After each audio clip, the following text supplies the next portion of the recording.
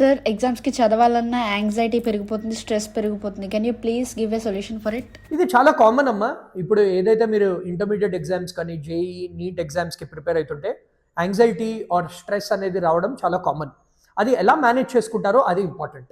కొన్ని simple tips నేను చెప్తాను. మీకు ఎప్పుడైతే యాంగ్షియస్గా ఉన్నారో, మీకు ఏ ఆస్పెక్ట్ వల్ల యాంగ్జైటీ వస్తుందో అది మీరు పాయింట్స్లో రాసుకోండి. ఫర్ ఎగ్జాంపుల్, మీకు ఫిజిక్స్ అనే సబ్జెక్ట్ అర్థం కాదు.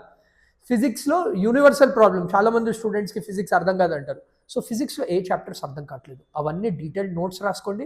మీ లెక్చరర్స్ని అప్రోచ్ అవ్వండి. Always seek help, seek comfort from the lecturers. Me lecturers, me mentors అనేది హెల్ప్ చేస్తారు.